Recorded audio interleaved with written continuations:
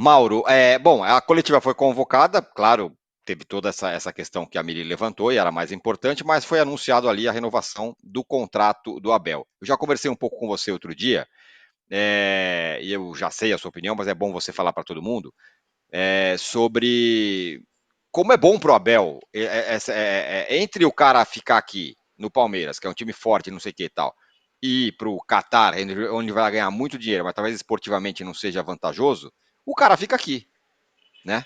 Que é o que vai acontecer agora até o final de 2025. O que eu espero, sinceramente, é que daqui a 11, 12 meses não venha novamente aquela história que o Abel pode sair. Isso é muito chato, né? Todo ano praticamente tem essa ladainha. Porque o Abel tinha contrato com o Palmeiras até o final de 2024. Aí em 2023 começa a história de que o Abel vai sair. Ah, o Abel vai sair, o Abel vai sair. Pô, ele tem contrato, é que nem o Gabigol ir pro Corinthians, ir sei pra onde que pode sair. Tem um ano de contrato, amigo. Então como é que vai sair? Vai rescindir de que maneira? Né? Ah, que tem a proposta do Qatar e tudo mais. Eu, de fato, até acho que, para quem fala tanto sobre a família e tudo mais, as filhas, né, a mulher, ir para o Qatar, será que seria interessante? Ele está num clube que dá a ele condições de trabalho excelentes, bons jogadores, ele faz o que ele quer, ele domina e ele conquistou esse prestígio, né, essa autonomia, ganha títulos praticamente todos os anos, né?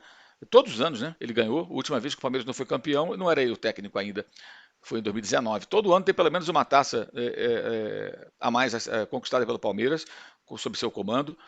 É um técnico super bem pago. Quando você fala assim, o cara vai para o Catar ganhar muito dinheiro, Arábia Saudita, não estamos falando de alguém que sai do salário mínimo para ganhar um salário astronômico. O cara já ganha muito bem. Isso vale para todos esses personagens que estão nesses mercados alternativos. Então, eu acho que, de fato, para ele ficar no Palmeiras é o que ele tem de melhor. Até porque ele é um técnico que me parece assim, que o próximo desafio dele seria ir para a Europa novamente, voltar para a Europa e aí treinar um time que possa projetá-lo num outro patamar. Mas ele, que a gente saiba, ainda não teve uma proposta interessante do futebol europeu. E é difícil, porque o futebol sul-americano não projeta. Você tem que ter um empresário muito bom, muito atento, que consiga mostrar para alguém, olha, esse cara é um bom técnico, faz um bom trabalho na América do Sul e ganhar uma oportunidade. Né? Então, espero que daqui a um ano, um pouco menos, a gente não tenha de novo isso no noticiário, porque tem um contrato agora até o final do ano que vem. Então vai cumprir o contrato, creio eu, né? Porque todo ano tem essa história. Ah, o Abel pode ir embora. Como é que pode ir embora se vai até 24? Estávamos em 23. Contrato até o final de 24. Agora até o final de 25. Então, assim, parece que apresenta uma dificuldade e depois vende uma solução, entendeu? Não tem. O Palmeiras está tranquilo, cara. O técnico tem contrato em vigor e agora prorrogou. E, assim, muito difícil aparecer no curtíssimo prazo algo melhor do que o Palmeiras para o Abel Ferreira. Muito difícil mesmo. Acho bem improvável até. Então, segue o ciclo normal das coisas, mas essa situação acaba servindo para você, né, fazer todo um mise-en-scène em cima de algo que me parece normal. Normal, o novo contrato continua como já se imaginava. Só parar e pensar.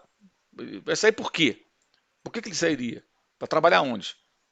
Só se fosse no Catar. Fazer ele muito bem não ir para o Catar. Eu acho que não faria o menor sentido. Como fez uma escolha, na minha opinião, muito infeliz, o Marcelo Galhardo.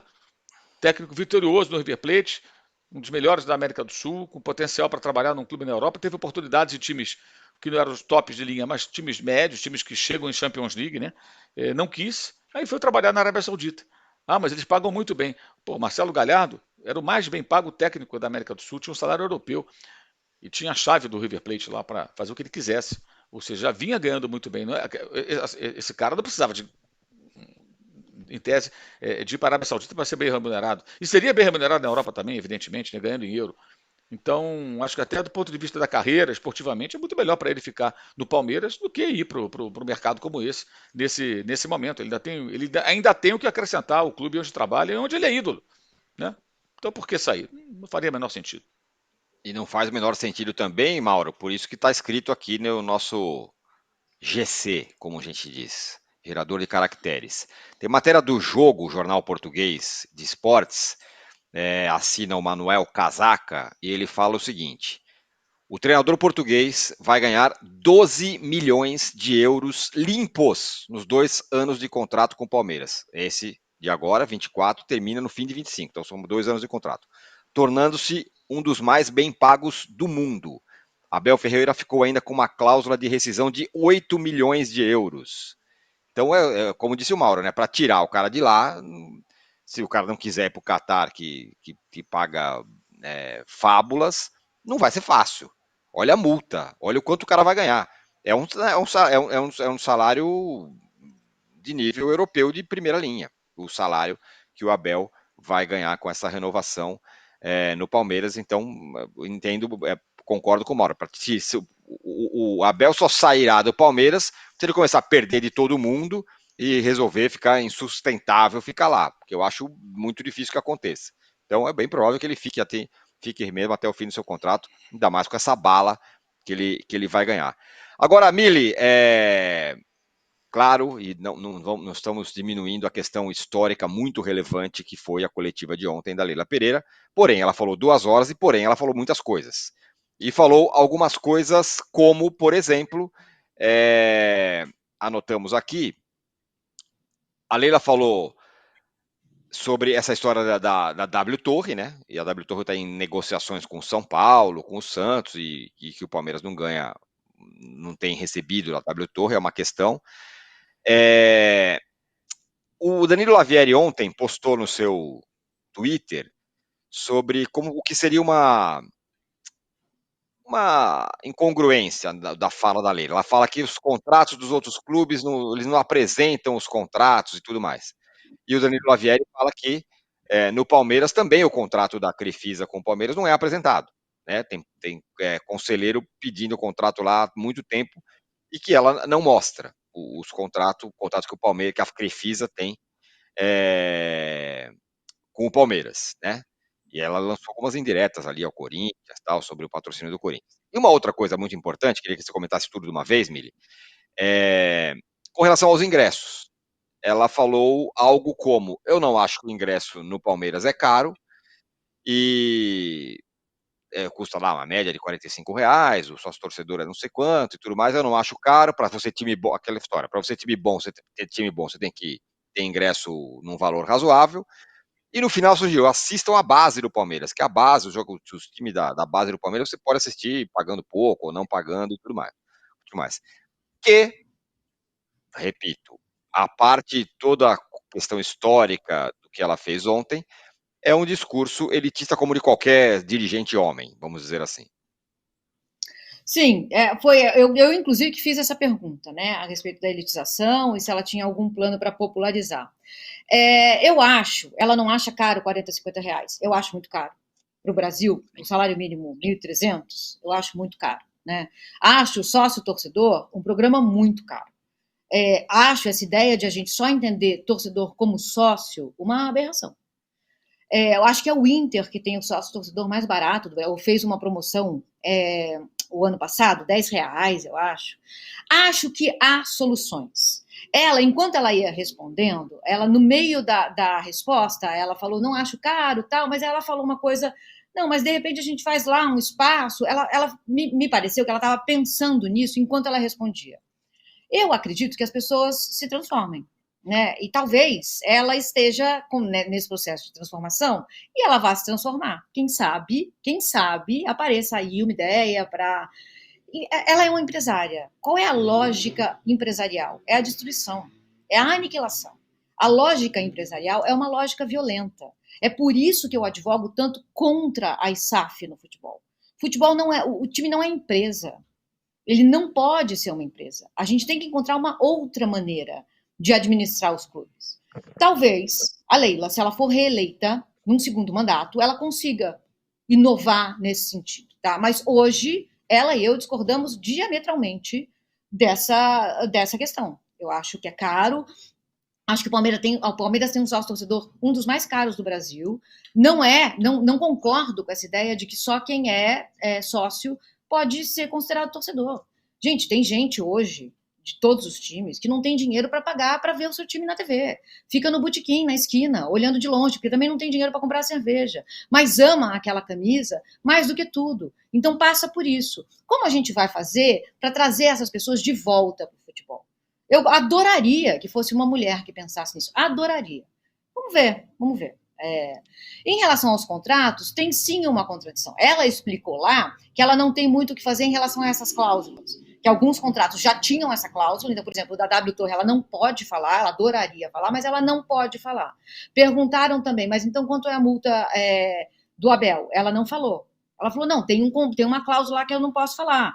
Então, esperar que uma coletiva de 2 horas a pessoa não se contradiga uma hora ou outra é complicado, né? Ainda mais alguém que vai tá chegando agora em umas lutas que ela não estava nessas lutas ontem.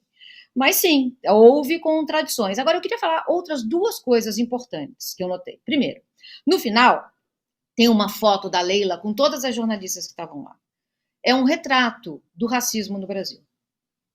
Né? Porque tinha 1 ou 2 jornalistas negras. Então, a gente tem um outro problema. Né? Não é a Leila que vai resolver isso, não é o Palmeiras que vai resolver isso, é a gente enquanto sociedade. A gente precisa falar sobre isso. Né?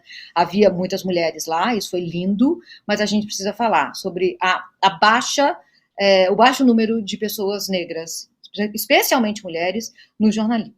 Outra coisa que eu notei e que, para mim, foi chocante, assim, quando a gente saiu de lá, eram 3 horas da tarde. O salão estava com uma temperatura de 18 graus, bastante agradável, ainda mais para quem está na menopausa como eu. Quando a gente saiu de lá, a gente foi para uma temperatura de 35 graus, absolutamente sufocante. E o Palmeiras estava indo treinar, o Palmeiras masculino estava indo treinar. Gente, assim, não vai demorar mais do que 1, 2 anos para a emergência climática mudar tudo a respeito do futebol.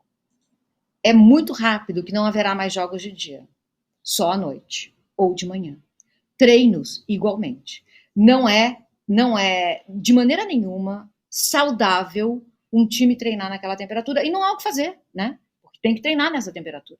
Então, quando vocês ouvirem falar você que ama futebol, ouvir falar de emergência climática, presta mais atenção. Presta mais atenção, porque esse jogo que você ama vai ser afetado, e não vai demorar. Não vai demorar o período de 2 anos para que isso aconteça. A temperatura em que o Palmeiras foi treinar ontem, eu não conseguia ficar 5 minutos em pé no sol. Eles estavam indo treinar. Então, precisamos falar sobre isso também.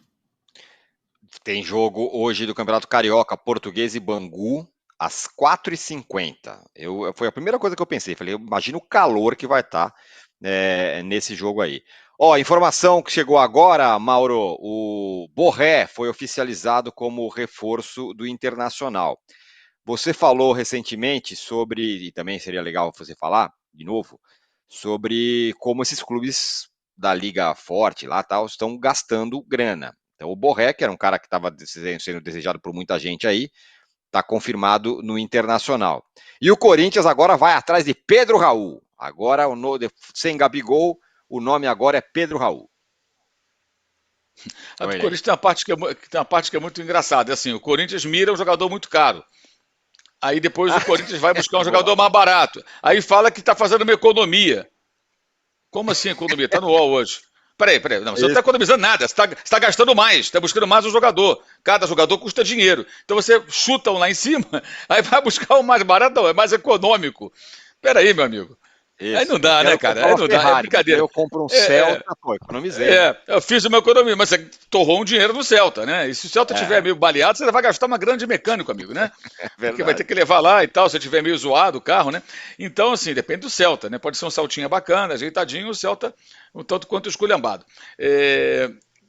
Bem, eu acho que esses casos aí do Internacional, o Corinthians é diferente, mas também, assim, o Inter está fazendo várias contratações, o Inter nem está na Libertadores, o Inter tem o Ener Valencia, Alário e agora o Borré.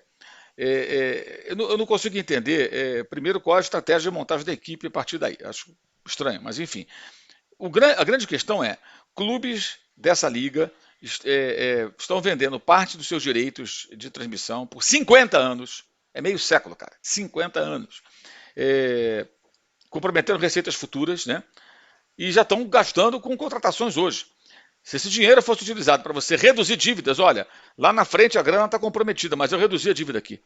Eu arrumei a casa para ter condições de, aos poucos, ir recuperando, investindo no futebol, mas não, faz o contrário. Isso no médio prazo vai custar caro, vai complicar. O Grêmio foi rebaixado e tal, voltou. Até eu acho meio ingênua a ideia de o Grêmio veio da Série B e conseguiu ser vice-campeão brasileiro. O Grêmio nunca teve um time de Série B.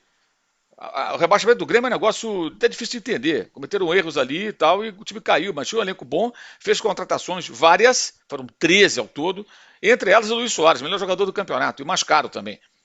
Então, não é que o Grêmio não tinha ninguém, não era um time de Série B, era um time de Série A, na Série B ficou mais forte ao conseguir voltar para a primeira divisão.